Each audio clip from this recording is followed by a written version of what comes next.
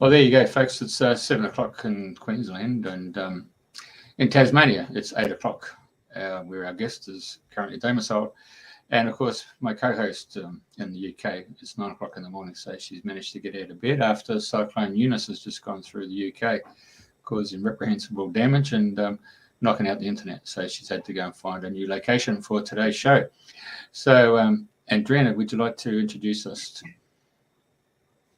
Right. Good morning, everybody. Good day, or wherever you are in the world. Welcome. And if you're listening to the replays, it's my pleasure and honor to have Barbara Russell on the show, who I've listened to her talking in the Kanyini group back along.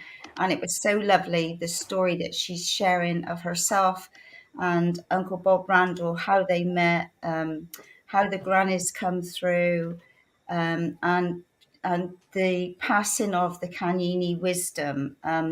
So this is going to be quite mixed because it's going to be about Uncle Bob, it's going to be about you, and it's about the teachings that you'd love to share with the world. So where would you like to start? I know you were born in America, so maybe you'd like to give us some background on where you were in life and what you've been up to. Well, thank you for that. Thank you, Andrena. Thank you.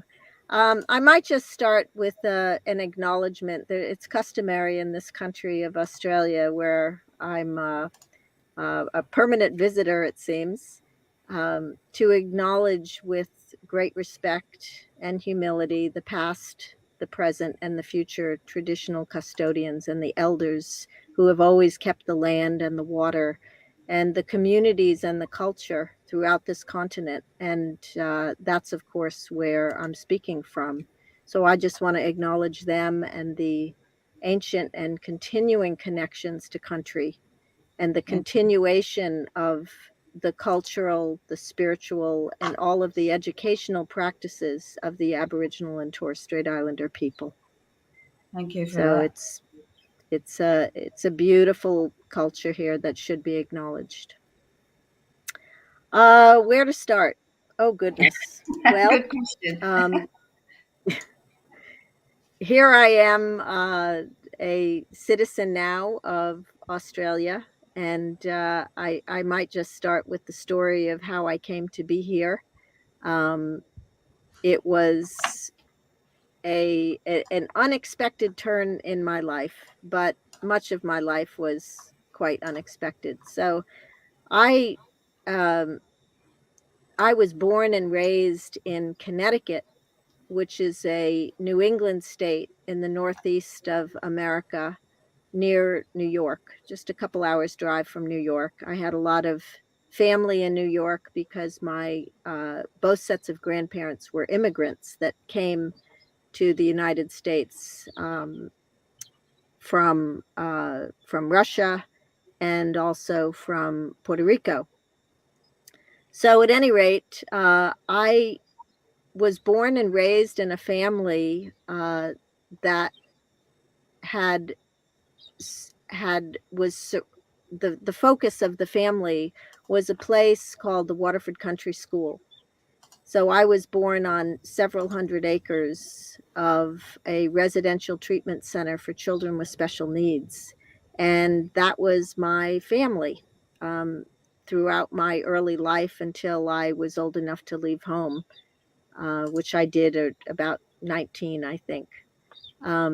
Waterford Country School is still in existence. It's an extraordinary community school, summer camp, and facility for children with special needs. And it was started by my grandmother in 1922. And that was the year that my father was born. So she taught in her home in Brooklyn, she taught exceptional children and was able to accomplish in 1 year what 2 or 3 years of traditional school could be. And neighbors in that time, in that era, that was a time when there were children with special needs, mental retardation, and different, what they used to use the word disability. I don't know what the word is now, but children with special needs at that time who were mentally handicapped had the choice of either being put into an asylum or kept at home, hidden away from people. And when neighbors saw that my grandmother was teaching children, they approached her and said, "Would you teach my children, my child?" And of course, she never turned a child away. And and then the neighbors started to see these different children coming into the house and ended up taking her to court, objecting. 17 times they took her to court, and 17 times she fought it and she won. And Wow. long story short, so she started that school the year my father was born, because as a teacher, she had to homeschool him because he had severe asthma. And at any rate, after 17 journeys to court, they ended up in Connecticut. They found 500 acres in Connecticut and bought this beautiful place that was set in nature, and that became the Waterford Country School and Camp Kuhika. And Kuhika stands for Culture and Health Camp. Fast forward 100 years. This year is the 100th anniversary. They're having a very big celebration because the school is still in existence and my family is still involved in the school and the summer camp. And they have, many years ago, they partnered with Cornell University, who developed a research evidence-based program, which they call CARE, C-A-R-E. Now, I don't know what the acronym is for what CARE represents, but it is about care. And then fast forward in my life, I think I was 52 when I came to Australia.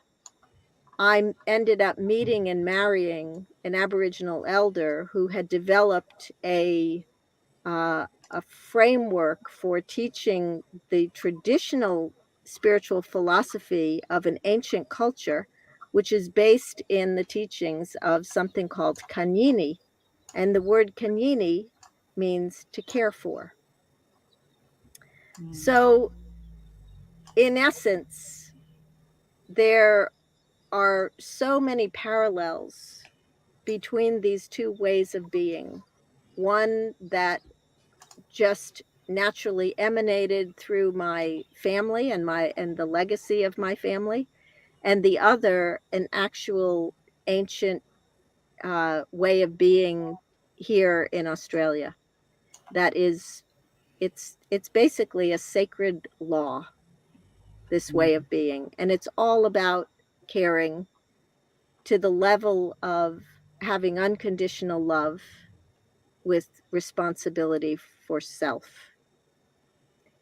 So these two ways of being came together quite naturally and comfortably for me in some ways, and I believe it was a destiny for me to come. Would you share your story before you fast track on about the work and that you're doing? How you met, because that's a really fascinating story. I think it's lovely, and we all love a good story. Yeah. Well, I was in America at I think it was 2007, 2008, somewhere in there. I ended up coming to Australia for the birth of my my second grandchild, or my first granddaughter, I think it was. And I was just in the midst of going through a divorce. Oh, hang on. I've jumped ahead of myself. The first thing that happened was I was in the midst of marriage breaking up after 22 years, which was, for anyone who's ever done that, that's a pretty big journey.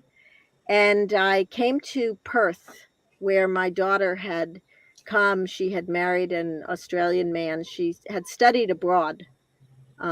at university, and she met and married an Australian man. And when they had their first baby, I came for his first birthday. I'd come before that, but I came again for his first birthday. And I stayed for 5 weeks in Perth. And the day before I left, I got woken up by a voice, basically, that said, you need to go to the didgeridoo breath shop. You're going to meet someone there to collaborate with. Now, the backside of this story was that several things had happened in my life that set the stage for me to be in that position. So at the time, I had a very bizarre turn of fate where I ended up working with a sound healer. And I had so many knowings in that work.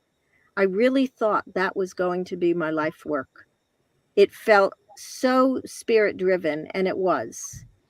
But that was the reason that I felt driven to find a didgeridoo player, because in the sound healing, it felt to me like what we really needed to do in the world was to connect the web, so to speak.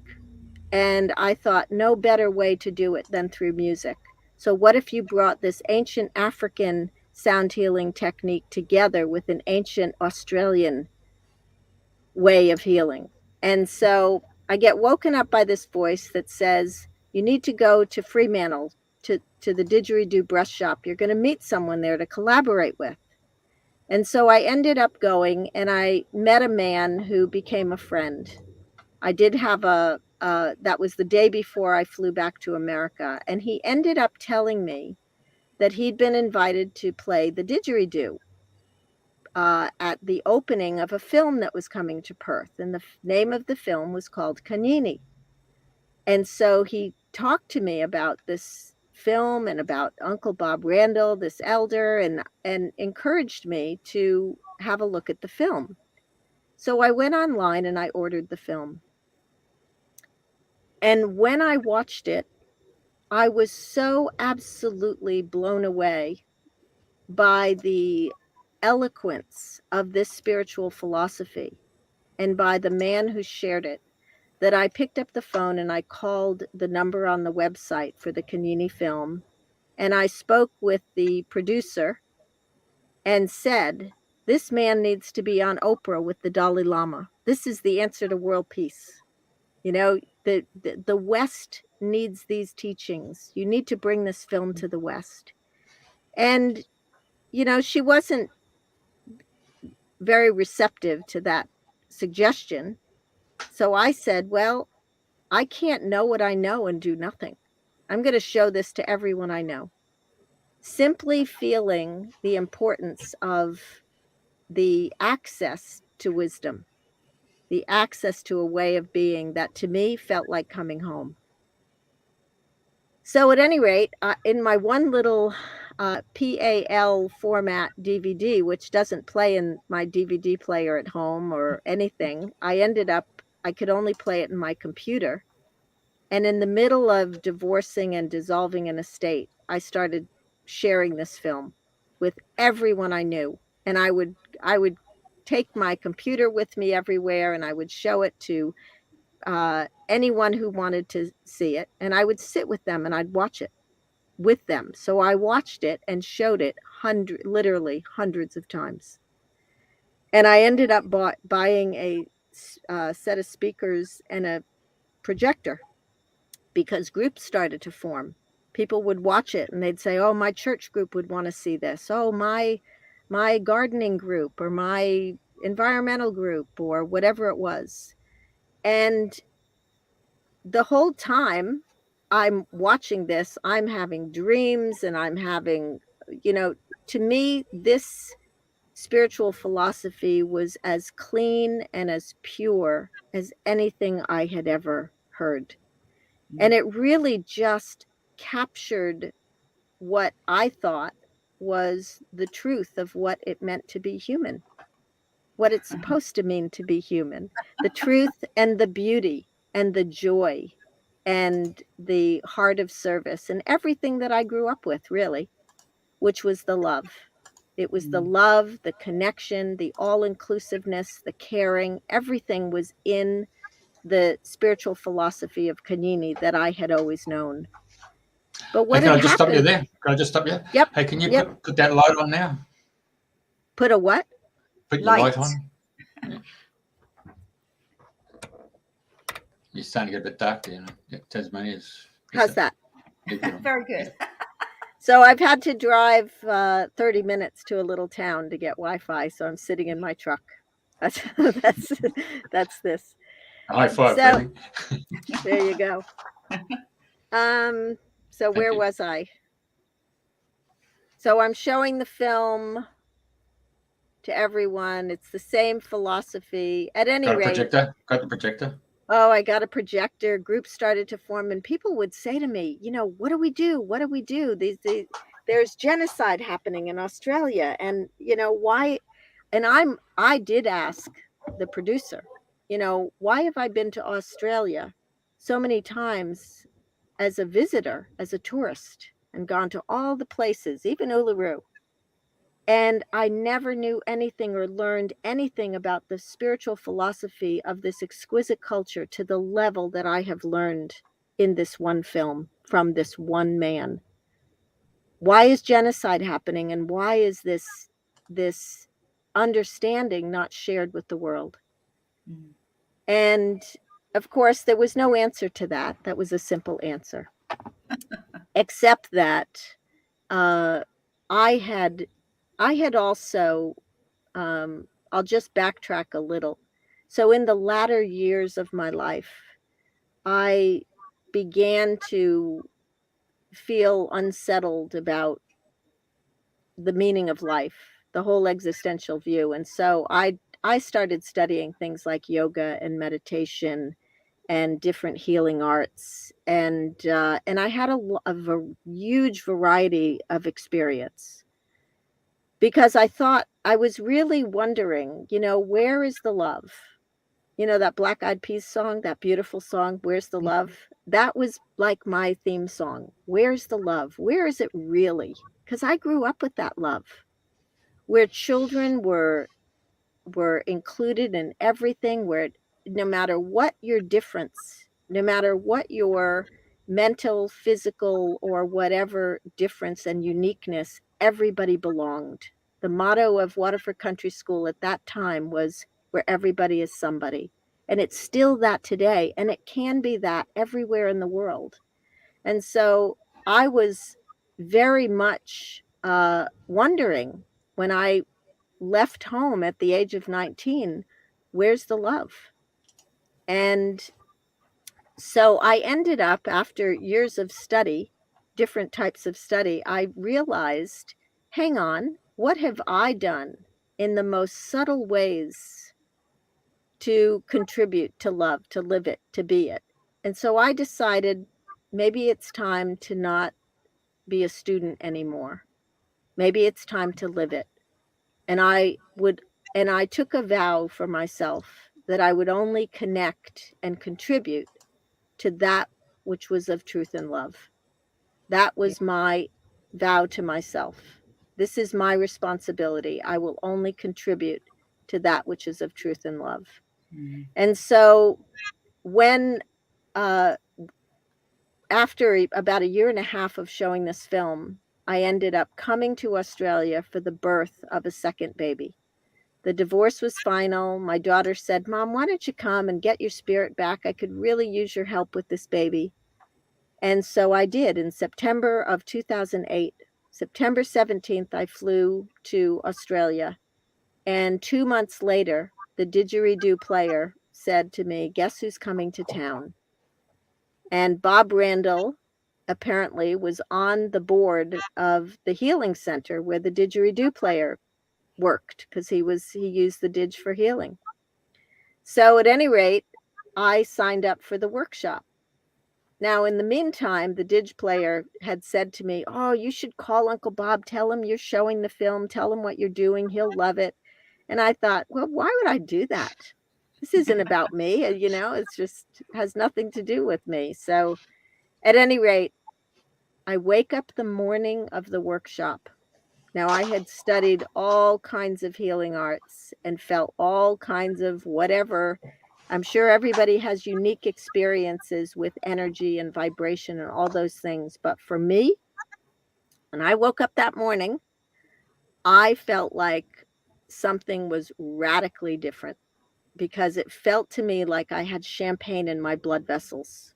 Wow. And I am not a groupie. I'm not Bob Randall.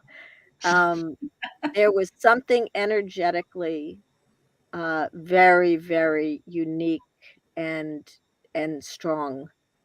And I was very hot. And I'm not usually hot. I'm usually cold. And so I go to this workshop and I sit down at a table and we're waiting for the workshop to start. And I can feel as if it felt like there was a tractor beam between me and Bob. I don't know how else to describe it. If you can imagine a tractor beam of light, that's what it felt like. Wow. And after a short time, he came walking over to our table. He was greeted by the Didge player who knew him and Julian. And Julian jumps up. Oh, Uncle Bob, it's so lovely to see you. Look, I brought all these crystals to show you so you could feel the energy in them. And Bob just kept his hands in his pockets and didn't accept the stones that Julian was offering. And so then he looks at me and I look over at him and he makes a motion like this. Come on over here.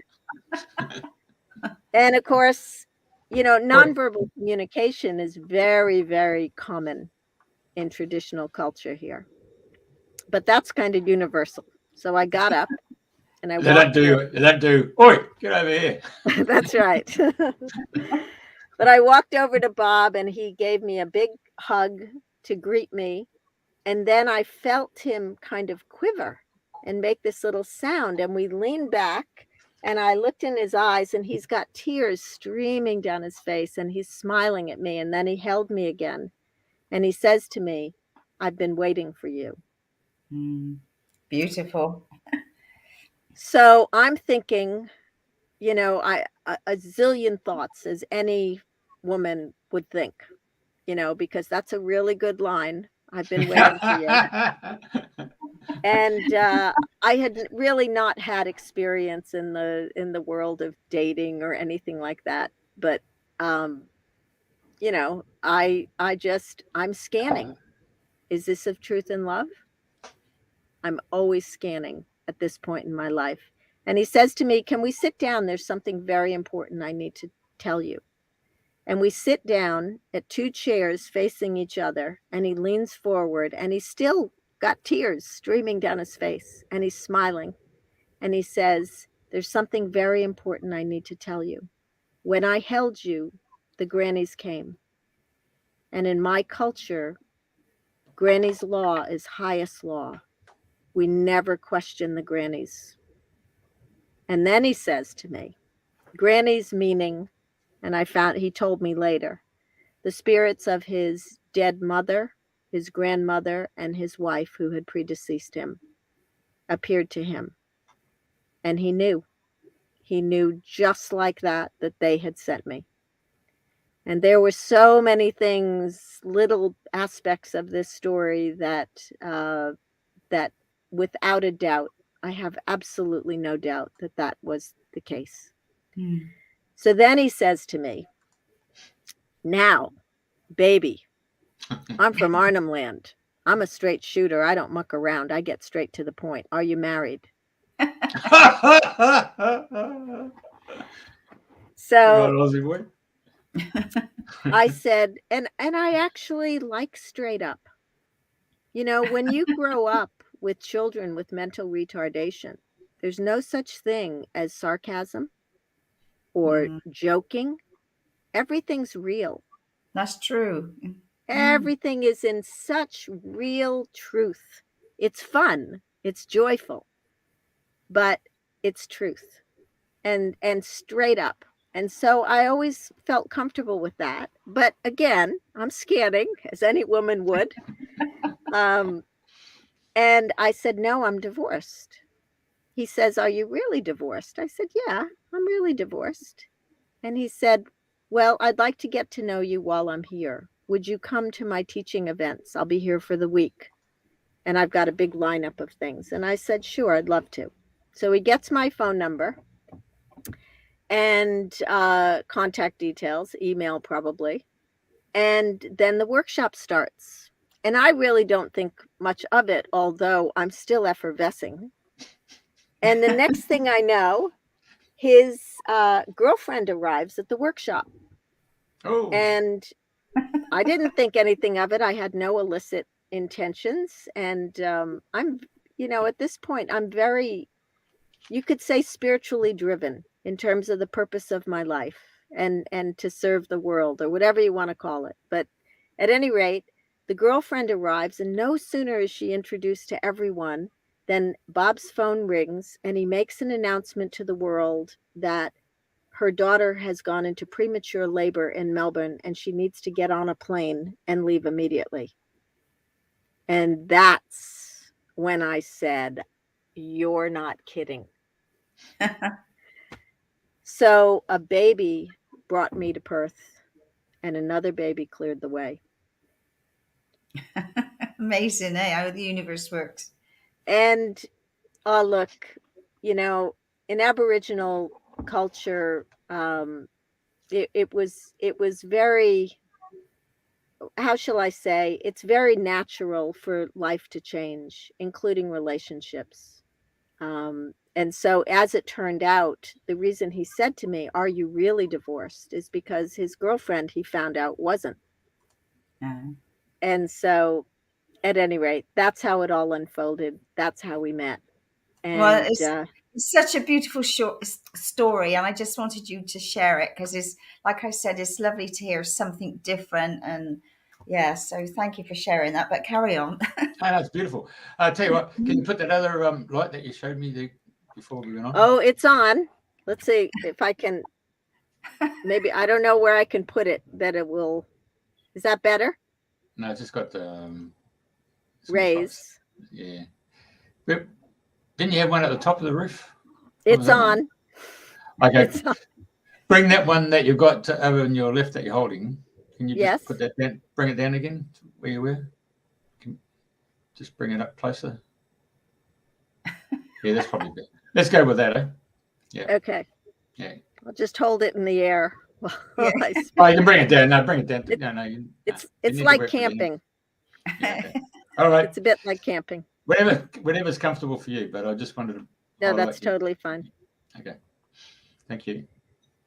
Next story. Bob. So, well, I suppose in those days you didn't need to use Tinder or any of these social dating apps. He was straight on the hunt, wasn't he? Oh, look, my roommate's going to come back. He's got you. I don't know that he was on the hunt. I think that there was such a destiny. Yeah. And look, there were things that he shared with me that made it clear that he recognized me, shall we say. Yeah, for sure. I had been told by an astrologer. My best friend in America, she was a psychic by trade. She is a psychic by trade. And my life was so crazy toward the end, working with the sound healer. And, I had been married to a pathologist for 22 years. So that's a very conventional kind of a culture in some ways. But he was not that conventional. He was beautiful. He is a beautiful man. But my life was so crazy the way it unfolded. My friend said to me, I just sat next to this astrologer, Larry Martin, and he was really good at this festival. He was in the booth next to me. I think your life is so crazy. I think you should go have a session with him. And so I booked 3 readings with Larry, and I only had 2 because he spent 5 hours with me twice. Oh my gosh. And Larry said, he said, I put your chart on my piano because there was something about it I just didn't get. And I'd walk past it and he apparently taught astrology. He said, if I gave this to any of my students, it would just be a ho-hum kind of a life or chart or whatever his language was. He said, but one day the penny dropped and I got the whole thing. And he spent 5 hours with me. And one of the things he said to me was, oh, by the way, there's a partner waiting for you. And I said, well, really? When am I supposed to meet this partner? Because I was I'd had 2 marriages already. I actually, in my life, both of my marriages were found for me rather than the other way around. I never chased after a relationship. They found me.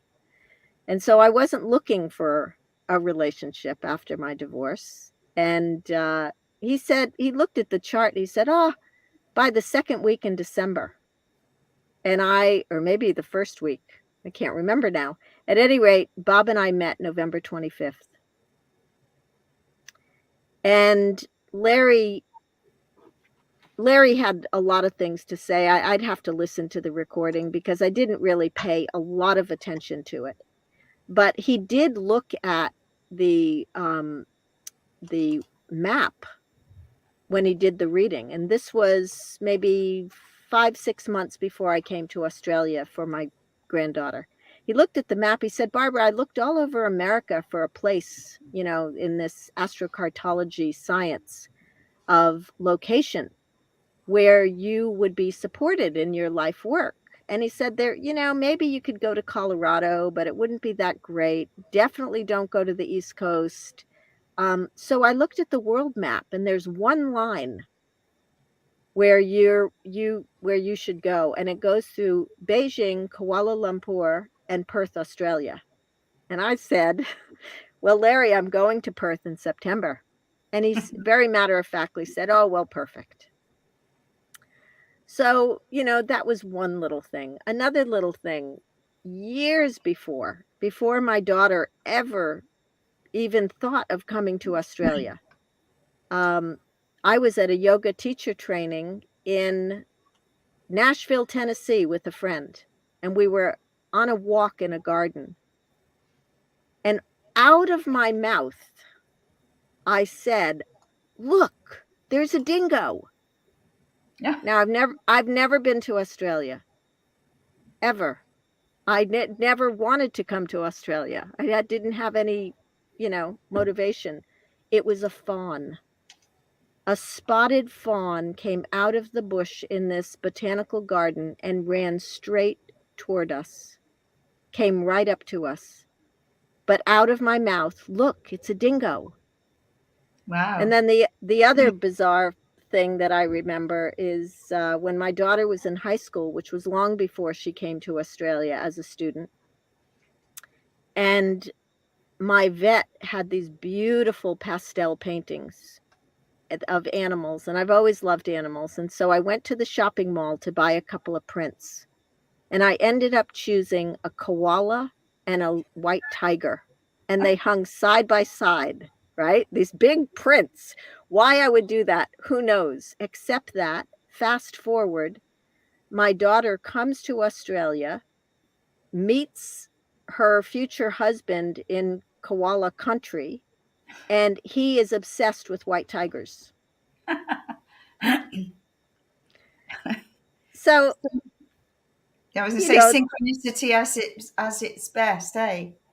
I think it's all fun. I think spirit has a great sense of humor, and I think everything is there's no 2 moments alike. Nothing is the same ever, again and again. It's all new in every moment, and the creativity, the creative energy of life, it's limitless. And the way spirit puts these little things in there, what would happen if we all really paid attention? Wouldn't it be phenomenal? Gosh, I'll say. Yeah. So, there were hints along the way, but what ended up happening was, I'm telling you, our life took off like a shot. So November 25th, I spent the week with Bob. It was absolutely amazing. The things that happened, what can I say? He, such a beautiful human being with a heart that was devoted, at a stage in his life where he could see so much destruction, not only in Australia, but around the world, because he watched the world news. And it was so contrary to the way he was raised in the first 8 years of his life before he was stolen, because he was stolen generation. Mm. And that sort of heart of service was exactly the same in the family of origin where I was raised. The devotion to nature, to children, to human beings, to goodness.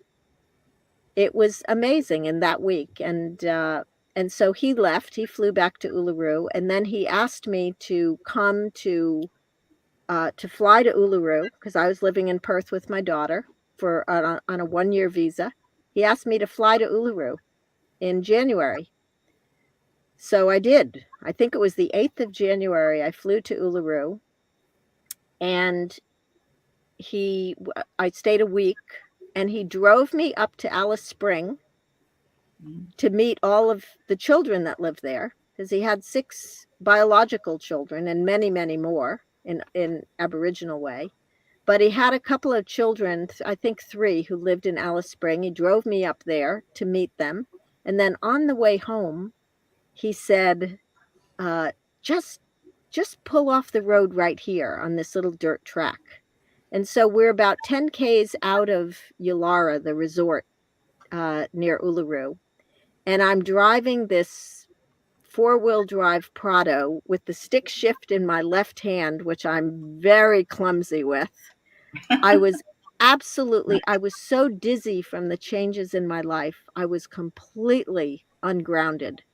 Everything in Australia is spinning, counterclockwise, including me. Yeah. And I pull off the road, and I forget I'm in a standard shift truck, and I forget to put the clutch in, and we start jerking, and we come to a halt, and in his usual very calm way, he looked at me with so much incredulous this expression. He said, "What happened?" He just couldn't imagine somebody doing this. But at any rate, it had to be at least a 40-degree day. It was so hot that day. And I probably saw Bob with a fly net on his face maybe 3 times in my whole life. And we got out of the truck, and he put a fly net on, because the flies were unbelievably thick, and it was so hot. And I was probably dehydrated. And he takes me to this little place, and he says, "I just want to show you One Tree Hill." And so we make our way up this really hot, slippery sand hill with hardly any vegetation on it. And the sun is blazing down. I've never spent time in the desert before. This is completely foreign to me. And here I am with this crazy cowboy who's been driving all through the desert on things that didn't look like tracks to me. And he always knew where he was going, because he showed me like all of his homeland on the way down. So we end up like I am huffing and puffing getting to the top of this little tiny sand hill. And as we get to the top, he says, "Now look around. Now there's the one tree. It's a milkwood tree." And first he says, "Now look at these roots." He said, "This poor tree, it's lost all of the soil around its roots. I want to get some buckets and just take some sand and give it back to the roots of this tree." And I'm listening to this man with so much compassion, who cares about this little tree on the top of a sand hill in the middle of who knows where. He knew where. and with so much compassion. And then he says, now look around, spin around. And so I stood there and I spun 360 degrees. And when I did, it was like I corkscrewed into the earth. And for the first time, I was on the land in Australia. I happened to be in the very heart of the desert. But there I was, and I really landed. And then he said, now look over there. And I see Uluru and Katajuta, and he's standing next to this old, gnarly, twisted, like craggy bark tree. And I see Uluru and Katajuta in perfect, like, triangle relationship with this ancient tree and this man that feels so one with this tree. And I was thinking, you know, when you have knowings and it's as if, you know, it's not a linear thought like a chapter. It's this whole knowing all at once that you just have it. And in that moment, this is what happened. And I felt like this is the most powerful place I've ever been on the planet. This is an extraordinary moment. Here is this ancient tree, which is so one with this ancient man, and the earth literally being taken out from both of them, from under their feet. And so much compassion, so much humility, so much beauty. And they're eye to eye with these two great monoliths. And because I'd been to Uluru and Katajuta, because he had taken me, I'd seen all these tourists, you know, who have in some ways, you know, the commercial aspect of these great sacred sites, it can't be missed. You can feel it. There's a commercial aspect to it. It's been turned into an industry almost. And I'm thinking that this man and this tree, they hold their own with these two great, incredible sacred sites that everyone's flocking to, but look how much we're missing in the little sandhills. And in that moment, when I'm having all of these thoughts, he says to me, will you marry me? And I knew. And I said yes. And that was January. We'd met in November, late November. So imagine what a crazy thing to do. And at any rate, I flew back to Perth, and then I came back. He asked me to come back to travel with him. He'd been invited to a tea at Parliament House for the first anniversary of Sorry Day. Now, I was new to Australia. I learned what Sorry Day was, but I didn't have any of this in my bones or in my orientation or indoctrination, whatever you want to call it. So in February, I think it was the 13th, if I remember correctly, we flew to Canberra. And this is basically my first outing as his wife.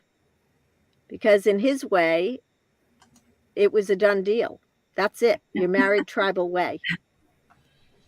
And so my first outing is straight to Parliament House. And the night before we get there, we meet with his niece. And she says, oh, Uncle Bob, you know, she's the head of the Aboriginal, I don't know if it was Torres Strait Islander, but the Sorry Day committee, the Aboriginal head. And she's in tears. And she breaks down with him and she says, oh, Uncle Bob, it's not right. They're not doing this and they're not doing that. And I don't remember the details of what she said, but she was so disappointed with the way the sorry was being handled. And he looks at her and he says, that's all right, my baby. I'm here for my people. We just won't go. So he had been invited to this private tea in Parliament House, and I'm thinking to myself, oh gosh, I hope I saved the receipt for that dress and then those shoes I had to buy. Which I did, but we ended up attending an event on the lawn, and there were all the politicians who were the who's who. I remember some, but so that was our first outing, and then we flew straight from there to Mullumbimby and Byron, at where he screened the Kanyini film, and he was the honored guest at a 300 and something acre estate that had set up the biggest tent, and so many people were there. It was like another Parliament House, only with a different culture of people. It was amazing. But then here's what happened.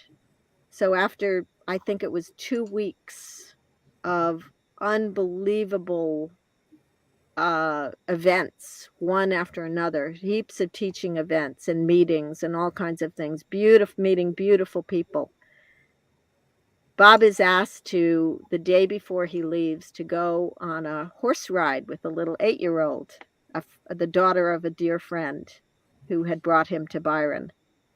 And as a very experienced rider, he ended up breaking his pelvis on the horse. Oh. Now, they brought the horses off trail. I think he was on a very jittery horse. The horse stumbled on a very steep hill, and so he wouldn't go over the head of the horse. He throws his legs out in a wide V, and his pelvic floor hits the horn of the saddle, and he separates the pubic symphysis. Oh my gosh. And in effect, he broke his hip and lost all the stability of his pelvis. Now, I wasn't riding with him. I don't ride. So I was walking through the woods when he came riding up, and he says, I need to go home. And just as he came riding up, how on earth he did it, I don't know, but he got off the horse, and a car comes by on this dirt track out of nowhere and drove him back to the farm where we were staying. And long story short, when he was diagnosed, I couldn't fly back to Perth and leave him because he couldn't ambulate, he couldn't sit up, he couldn't take his meds, he couldn't do anything. So I ended up flying back to Uluru to stay with him and look after him instead of going back to Perth to be with my daughter, because I had told her I'd come and help her with this baby. And so Yeah. So he literally broke his pelvis to keep me. And he was the That's baby what you had happened. to look after, eh? Now then, did you want us to play that little 7-minute YouTube, or just? I think that would be great. Goes for 7 minutes, folks. So even if we play it for a couple of minutes, just to give people, and I'll put the link there, and they can watch it later on. Yeah, I might just. Can I just say a couple of things about it? So I think we were in Sydney when that happened, and we were traveling with a friend, a visitor from America. We had visitors almost every day of the year at Uluru, at our home at Mutijulu. And Bob would sit and teach individuals or groups or whatever it was. At any rate, a young woman from America, lovely woman, just very spontaneously started to interview Bob. So all of this was not planned. It was off the cuff. And this is one of my favorite videos that he has done, because it speaks to, I think, every single human being on the planet in terms of how do we manage the challenges? How do we live the love? How do we manage our emotions?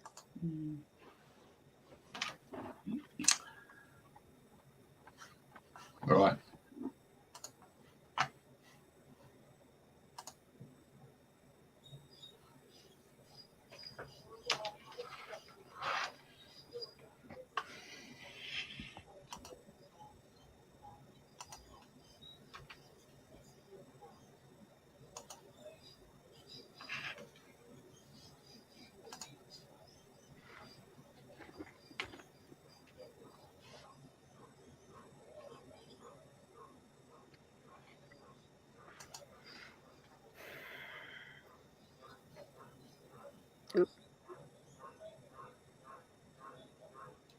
Can hardly see you now, Barbara.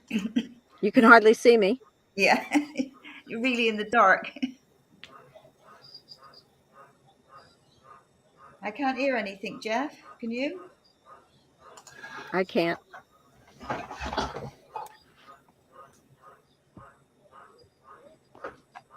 don't know what to do.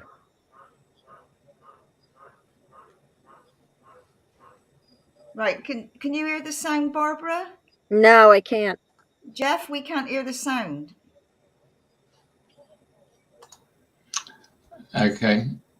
Carry on talking, girls, and then I'll I got the sun pouring in over here, and you're holding your little, your little lot. I don't know what else to do. Well, at least we can see you now. Yeah, there you go. Right. Okay. So, I I sadly see. passed away in 2015. Yes. Sorry, Jeff. I've worked out what's going on. Sorry about that. Okay. Stand by. Sorry about that. Oops, that's not the one we wanted. Oh, that's right. Add to the stream. There we go.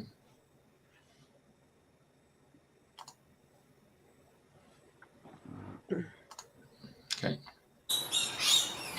So, Uncle Bob, how did you get from that broken place of Walcha, Ngura, Kurumpa, Chokapa, Cut to the place that you are now? That's an amazing question because it's so real. We all need a starting point, and I think my starting point was remembering my childhood, where I was raised by four mothers. And just imagine the love of your single mother may have given you and may not have given you, and then multiply that by four sisters. Because in our system, my mother's sisters are my mothers. My father's brothers are my fathers. And when you raise as a child with that kind of relationship with other humans who are your caretakers, you can't help but be immersed in 24 hours a day of unconditional love. A love that is beyond, it has no limit. But when I was taken away, I was broken away from that for a while, and I was floating in space, and I became dependent on the emotions of the human. The emotion of human has its value. Being angry quite often can protect you by being able to yell back or defend yourself. But being angry can also have you killed. But having unconditional love for it is an energy that encompasses beyond those human emotions. And it must come a place, which I would refer to today, looking at it and remembering from the heart, from the mind of the heart, from the heart of the mind. It is from that space we all need to go back to this. Once you make a decision, it's like a born-again Christian. You can verbally state, I love you, Jesus. I want to do the right thing by you. And I've seen that happen many times. But they're only short-term to say, stay at the words. What you need to go into is your moment by moment, seconds by second of living the love.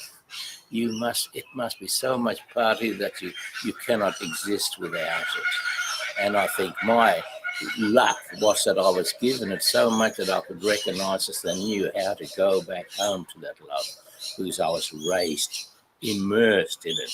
And my sisters and other auntie stories was always that you were so well loved by your people that your feet never ever touch the ground. If one pair of arms put you down, another pair would pick you up and play with you and tickle you. The inner love coming from the inner part of your soul, which is the pureness of what you were born with, and which every one of us has the right to know you by. That's it, and you cannot switch that on and off. It must be a part of you. Every second of your being, that love must be a reality. It must be a part of you. And it doesn't stop you from being angry. It mustn't stop you from being human in the many ways humans do, but don't let it get you down. Don't get stuck with the humanness. go back to the purity of what you brought into this planet. Mm.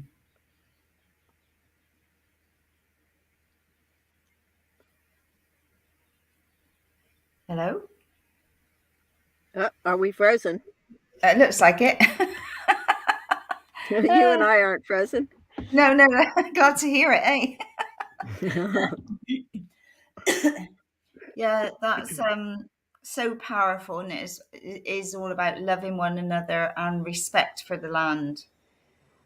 More and more, we need to honor that and be be love, reflect love, and regardless of all what's going on around us, and like we've all been challenged with the different situations, but is staying in your heart and not reacting to everything that's going on, just keeping your center all the time is it's the most powerful thing you can do, isn't it? So you're carrying on the the teachings. Are we moving on? Where are we going with this now? Because we've seen the beautiful video, and I know you're doing so many things, Bob's work and your own work, aren't you? So Well, I think, yes, I would say. I mean, I'm a unique, I'm my own being, my own person. So yes, it is Bob's work, but um, we're on the same page in terms of the philosophy of the work and the reason for bringing it forward. And what's coming to mind is an elder, a Cherokee elder that we had the great privilege of spending some time with, Grandmother Redleaf, in North Carolina in America. And she said to me at one point, "There is no new medicine." Now, I don't think there's a human being alive, really, who isn't aware that it's a changing world. And the number of challenges of just navigating life. No one is immune to these challenges now. And so, in the words of David Attenborough, we have a tremendous amount of knowledge and science. What we need now is wisdom. mm. Now, some of my my current connections, relationships are with some people who are globally connected. And one of these people is a man who's worked with Masaru Emoto, the Japanese scientist who did all the beautiful scientific research on the consciousness of water Mm-hmm. and the implications of that. And he's continuing in that work, really devoted to the waters of the planet, because if we can look after the water, we can look after life. But it's a matter of our attitudes, our understanding of education, and of consciousness. And how do you change attitudes? That was David Suzuki's question to Bob decades ago when they taught together at a university. Bob, how do you change attitudes? And so education, I think, is key, but experiential education in a different way, so that we're not teaching concepts, we're teaching and giving experiences through all of the sense organs, and teaching children about the spirit that walks along with the physical. That's something as well that needs to happen. At any rate, this friend based in the UK who is working with the water, he is also associated with some Polynesian elders, one of whom is an elder by the name of Doc Tusi. And he essentially has said, Doc Tusi essentially has said that the future is going to be a weave between the new science and indigenous wisdom. So if we can bring those things together and have the values and the morality of indigenous wisdom, the connection to nature and to the natural laws, to the connection to the land, the connection to the spirit, the connection through the sacred relationship with all life, and some of the values that go with that, which are the indigenous values that include reciprocity. They include self-responsibility. They include kindness. They include the tenets of love, in essence, which also all fall under Granny's Law. And Granny's Law is simply the law that says the old people, the wisdom keepers, just because you're old doesn't mean you're a wisdom keeper. I might be old, but I wouldn't call myself a wisdom keeper.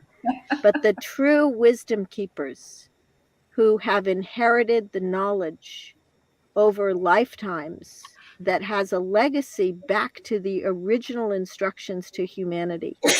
Those wisdom keepers have absolutely impeccable use of knowledge that includes everyone and everything. In other words, they have the discernment of knowing how to disseminate knowledge and to whom, so that it will benefit the whole of life.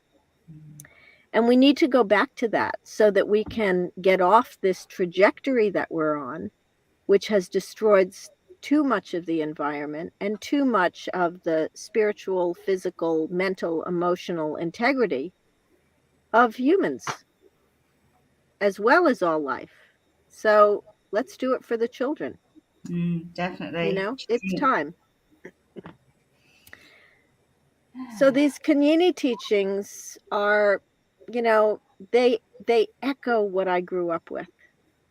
It's just a body of knowledge that has come through my husband that very simply explains the spiritual philosophy of what it means to be in the physical in a way that is very practical and very simple. And one of the things that I love is that, his last words on that video, he said, let's, go back to the soul that you came in with. So every single one of us, all creation has a spirit and has come from spirit world. And we come in and then we have this human experience. And in the human experience, very often we can be managed by the thinking mind and by the emotional mind. And we don't have those basic laws of living that keep us in check. And we also live in a world that is competitive rather than a world that honors every single one of us for the uniqueness that we come in with. Because every single bit of creation is here with an intelligence for as a purpose of being here. We all belong. We all belong, but we forget that. And sometimes we forget that to reinforce that with our children. So Bob always does this exercise where he says, hold your hand out and pretend it's a mirror. Put your palm facing you and pretend it's a mirror. And let me introduce you to the most beautiful creation that was ever given to every single one of us. And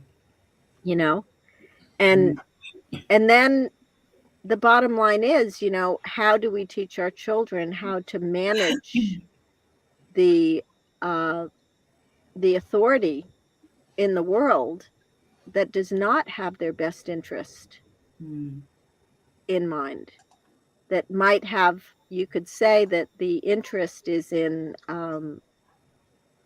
self-gain or commercial gain or the industries that have been created or power. So, and I'm not saying anything that anybody doesn't know, but how do we teach our children about the soul within so that they can know and believe in who they are and then live from that place? And when you do that, there's just so much joy in the appreciation of each other's uniqueness. So do you see how growing up at Waterford Country School, you know, my playmates had, they were all uniquely different, but we were all on equal ground of joy and having fun and meeting each other where we were, wherever we were. And it's a beautiful way to live. And when I came to be in an Aboriginal community, wow. On the one hand, I've got these incredible philosophical teachings about the way it was, because my husband's teachings are about the traditional, authentic way that he grew up in. And then there's the reality of the effects of, you could say, the effects of colonization, the effects of life today, and what that means for a people who know the difference of what it means to live in connection and harmony with each other and with the land. And now they can't. They can't for many reasons. And there's so little understanding of why the disconnection is there. But living in an Aboriginal community for 6.5 years, I understand now, coming from outside the culture, you know, why the answer to my question when I first saw the Kanyini film, why is genocide still happening? And why have I come for so long and I've never known anything about the beauty of this culture? So my husband's vision and my vision is to share a way of being so that every single one of us can then choose, you know, wow, I didn't know it could be like that. And if we know, then we can make a choice We can of make a way to be. changes. That's I right. think people seem to forget that, but I think you just indicated, or Bob obviously come to that realization that when you go back to your soul, you know, the question now is, are you cloaked in a white body or a black body? You know, so sometimes you have to recognize the fact, and I think there's a bit of a cultural discrimination there that takes place on both sides. Well, we could have a big long conversation about that, but I'll simplify it by saying that my husband described a traditional way of being that didn't focus on that. Excellent. It focused about the beauty and the place for everyone, and that's why up in Arnhem Land, where he grew up, everyone is taken in as family, because it's the family role, it's your relationship that determines your responsibility, and it's your responsibility that's important. So here's what happened in that first week when we met. We were in the back of a truck being driven somewhere, and I was sitting in the middle of between Bob on one side, and there was an Aboriginal man on the other side of me. And I vaguely remember what he said to Bob, but he basically said something like, "Oh, Uncle Bob, I don't know, maybe I should, I'm going through another breakup, you know, maybe I should just get me a good white woman or a good black woman," or whatever it was he said. And Bob said, "It's not about the color of the skin. Look here, I got me a rainbow girl." Love That it. sums it up. And, Brilliant. and literally, because he viewed everything in the combination of physical and spirit, he talked about the power of the rainbow. He talked about the meaning of the rainbow. And it's this crystalline, watery link. You know, the rainbow that you see in the sky is this crystalline, watery link between heaven and earth, between the two worlds of the physical and the spirit. And everything is made up of the wholeness of creation. And so that's what we all are. We are that. We are light beings. And You know, this dense physical, we get so caught up with the details of I'm from this culture and I'm from that culture. And, you know, I don't want to pull that card, because the Kanyini teachings, his attitude, my upbringing, it goes way deeper than that. Of course. And that is the true heart of Aboriginal Australia, according to what he described, that when after he was taken away, that's how it is up in Arnhem Land. And I know that, you know, when I went up to, when he took me up for the funeral of his son up in Gumbalanya, and we were greeted with so much respect, so much beauty. You know, these young men who came out to meet our truck as we drove up. And they looked at Bob's daughter and they said, sorry, you can't come, you're wrong skin. And they looked at me and they said, you're right, your mother. Yeah. That's how simple it is. You see how simple. It's about relationship and responsibility. And then it's my job, you know, being new to the culture, to learn. Boy, did I have a learning curve. You were on fast track, eh? And it was because of Bob's heart of understanding and his capacity to look deeper than some of my cultural faux pas to my heart and my intention. That was a huge part of why our relationship survived in such a beautiful way. It's been really a real pleasure listening to you and sharing the wisdom and the stories, and it's all about passing on the teachings from the ancient ones. And this is where we need to go back to our elders and storytelling and listening and sharing, which we've all, well, not all of us, but a lot of us have forgotten to do it or what to do. We've, you know, a lot of people have lost their way now with all the different things that have been going on.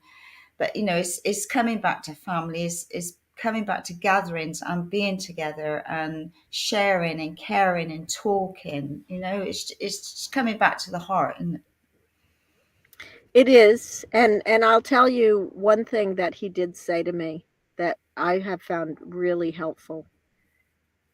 And this was related to grief. But it relates to every single emotion that you have. So he basically always taught that we're each responsible for our own emotions, for our thoughts, our words, our actions. And he said to me, every time you have a sad thought, you must match it with the thought of gratitude for the time we've had together. This is your work. Because in the natural order of things, everything walks together with its opposite. This will give you the internal structure from which you will do your external work of service. And you can do that with anger. You can do that with jealousy, with whatever emotions come up. But I reckon the most damaging emotion is the one where you diminish your own beauty and value and meaning and purpose to be of service. That's the one that undermine, in a world that is so full of competition, that's the one. So I think now, you know, we really need to go back to the resonance of nature, you know, with so many different opinions about, you know, the details of life that can be so confusing. Just go back to nature, because that vibration is the same vibration as creation. That's it. And that will never, ever betray or mislead. It's just very simple. We all need to do that. And then we need to allow the children who naturally do it, we need to give them access so they can continue to do that and know who they are by resonating with nature and the natural world. Very good. So, are you going to be running like Zoom classes, or are we actually going to do physical hands-on classes now that things are starting to open up? Look, I'll talk about any aspect of the teaching to anybody, but what I'd love to do is just to simply publish Bob's works. Okay. I want to publish Bob's works. I don't see myself as the workshop provider or whatever. I'd love to see my sense of it, and what I've seen, especially with the Kanyini film, is it opens up an understanding so that people begin to value Aboriginal wisdom, Aboriginal culture, Aboriginal way of thinking, whatever you want to look at it, but it changes attitudes. You know, when you value something, you look after it. And so I want to be able to publish the songs, the stories, the books, the whatever it is, the teaching programs, the bush camp program, and let that open up possibilities for Aboriginal people to step in with their nation's knowledge, their leadership, their capacity. You know, we ran a Kanyini bush camp.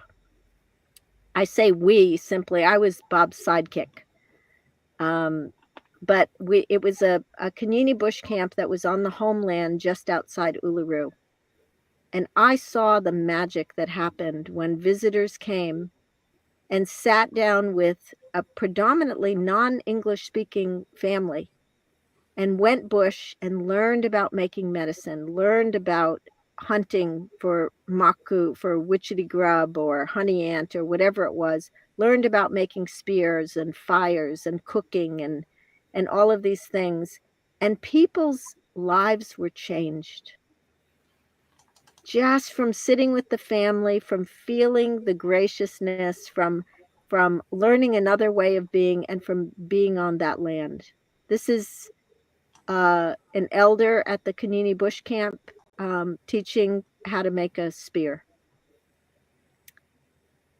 So this was the program, and this program could be happening all over this country, but I'm not the teacher. There's the teacher right there. So all I want to do is provide the materials to open eyes, open attitudes, and let it unfold in that way. Right. So you mentioned at the start there you got a poem. Is that right?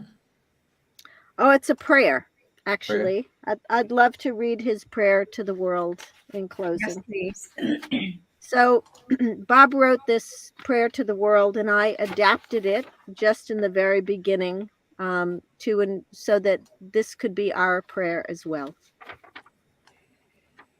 This is the world prayer, the Kanyini world prayer. On behalf of all of us of Indigenous ancestry from the first peoples of Australia, and all of us who hold this prayer in our hearts, to all the great creators of nature who have always loved us without condition throughout all our natural life and beyond, we offer this prayer. To Mother Earth, we acknowledge with love and appreciation the care and unconditional love you provide for all living things.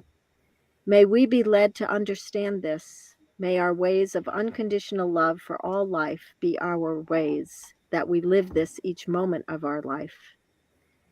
To Mother Sun, we acknowledge the light you share, living as a light of love, peace, understanding, and honoring each and every one of us throughout the world. May we understand your light as life that relates us to each other as family, so that we can be led to love each other and all living as family. May we develop ways like you, loving without judgment, that we can live love without conditions. May we learn from you to shine our light from within in service to each other and all living throughout the world to the best of our ability. To all of nature, we acknowledge and honor the life you give, the air we breathe that gives us life, and the water we drink that gives us life, the creatures we kill that give us life, the plants we take from earth that give us life. To every living thing we may not have mentioned that gives us life, we acknowledge you with appreciation and love. To all peoples of the world, we acknowledge and honor each and every one of you. May we each be responsible for the well-being of each other and all living in the ways that we think, speak, and act towards each other and each moment of our lives. May we communicate with love. May we action our interactions with the qualities of love, compassion, patience, humility, kindness, generosity, and caring, to know and understand each other. May we be love and peace, respecting the cultural beliefs of each other, that we may live with love and peace always. With love, we offer this prayer in the name of all that is sacred and holy. So let it be. That's beautiful. Thank you for sharing. It's a beautiful prayer. Mm, mm. Yeah. Right. So have you A got great journey. A great hang on, story. going back to your books, have you got a publisher to publish any of Bob's work? I do have some help in that regard. Right. It's a matter of my own priorities and landing someplace. It would be really good to land someplace and do some work. What happened was it was life was not easy for me when Bob passed. No. It was quite traumatic, actually. And then I got quite unwell with mold toxicity from living in a moldy place in Queensland. And so I'm recovering from that. It's certainly, I'd love it in Tasmania. This is my kind of environment, but I'm not staying here. So it's a matter of settling and then focusing on priorities and getting it done. Yeah. There's so much to do. He left a huge legacy of works. You know, the Kanyini film is the tip of the iceberg, but it's a beautiful place to start. So, I'm moving on with the prayer. Is it possible that you could type it up and share it, and we can put it out for people to share? absolutely. Yes. Yes. Right. Brilliant. You know, it's a very one of the things that I've learned is that knowledge is responsibility. And yet we live in a very odd world with laws. If it were Aboriginal laws, it would be no problem. Yeah. But the Western European legal system allows people to appropriate knowledge. And then it doesn't always get used with discernment for the good of all. And so it's a very kind of interesting position that Bob has put me in by telling me that this was going to be my responsibility. And I do it with great devotion. And but it's not an easy world to navigate because, you know, these materials have to be protected as well as produced and developed and all of that. And that requires legal understanding, which is really, it's a jungle. I'm learning. Yeah. Aren't we all? Yes. Oh, Yeah. But no, that prayer was lovely, and that would be a lovely one to share. You know, whenever you've got the time to do it. But thank you so much for coming and sharing. And I wish you all the luck in the world to carry his legacy on, and for all this wisdom to go out and to be shared all around the world. Thank you, Andrena. It'll take the force of spirit to behind it to, you know, to make it all happen. And Yeah. I trust that. I just have to do my part, and we all do. So I so appreciate the opportunity to come onto your program. I did watch one of the podcasts that you sent, and I was fascinated, absolutely fascinated. So it's good work. I think people need good stories right now. We need good stories. You know, we've had enough of the hardship. We need inspiration now. Yeah. So Well, thank you for sharing your inspiration. It's been wonderful. thank you. It's been an honor. So just to Thank you, finalize, we want people to go to this video, don't we? Kanyini. Yeah. Well, this film was the answer to the question, how did your mob get into such a state of hopelessness? Okay. So it's a good one. All right. Thank you. Just stay tuned there while we hang on a sec. Someone's just put in a comment there. See who's that from. This particular individual wants to know how to get in touch with you. So I've put up your Facebook page as a vehicle for them to touch base. Sure, that's fine. Okay. All right. Thank you, folks. Next week, who have we got? Michael Lamb, I believe. Michael Lamb. There you go. I think we can start an esoterical school between you, Barbara, and Michael Lamb. I've got to tell you. Yeah, we'll have to look into that one. Yeah. It's all about connection right now. Oh, definitely. I tell you, last week was about rebirthing. A phenomenal response from that. I tell you, it's just amazing. Yeah. So much. Yeah, all that knowledge is coming to the surface, and I like that. Bob saying, "I've got myself a rainbow woman." Oh, it was bloody brilliant. What a great comeback. And that's what it is, isn't it? It's the rainbow tribe coming back, isn't it? Yeah, that's right. Brilliant. All right. Love yous both. And if you'd just like to stay in the green room when we finish the broadcast. Okay. Thank you, everybody. Thank you, Andrena.